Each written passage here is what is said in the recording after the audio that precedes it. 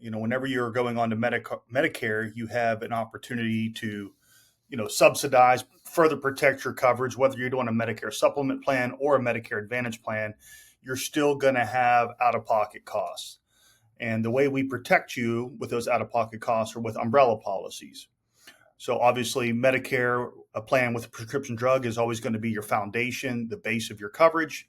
And we obviously recommend a cancer, heart attack, and stroke policy. These are rather inexpensive. They're going to protect you for any expenses if you were to deal with cancer treatment. Some of my clients have to have treatment and they have to stay within a certain mile distance of the hospital. Medicare is not going to be covering your room and board, your Airbnb. Sometimes your physician may request different treatment than what's approved by Medicare. Well, if Medicare doesn't approve that treatment plan, you're going to be stuck cash paying. So cancer, heart attack, and stroke plan is a great way to get a lump sum tax-free cash benefit if the worst were to happen to you. Umbrella number 2 would be your Medicare plan, obviously your foundation with your cancer policy, and then a dental, vision, and hearing if you're going to be on a supplement. Supplements don't come with dental, vision, or hearing. Or if you go the Medicare Advantage route, we have a HIP plan, which is a hospital indemnity. These plans take away your hospital copay. So if you're on a Medicare Advantage plan, let's just say you have a copay of $350 a day for days 1 through 7, that hospital protection plan, that HIP plan would take that away.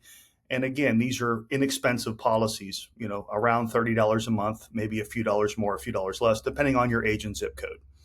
And then umbrella number 3 would be your most comprehensive way to protect yourself as you age. And that would be with your Medicare plan, obviously. Your Medicare plan, your cancer, heart attack, and stroke, your HIP if you're on an Advantage plan, your dental, vision, hearing if you're on a supplement, and then your long-term care insurance. So latest numbers come out, 70% of seniors will need a long-term care at some point in their life. Long-term care insurance can be rather pricey.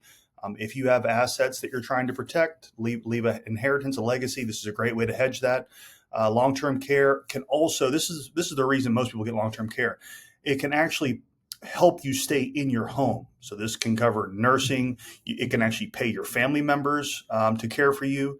That way you're not a burden to any family members. So long-term care is definitely something you should consider. Best time to get it as soon as possible, right? It gets pretty expensive as you get older. Prices are reasonable as you're younger. Ideally, if you can get this in your 50s, that would be ideal. But 65 is still not a bad time to jump in and grab one. All right, thanks for your time. Thanks for watching this video.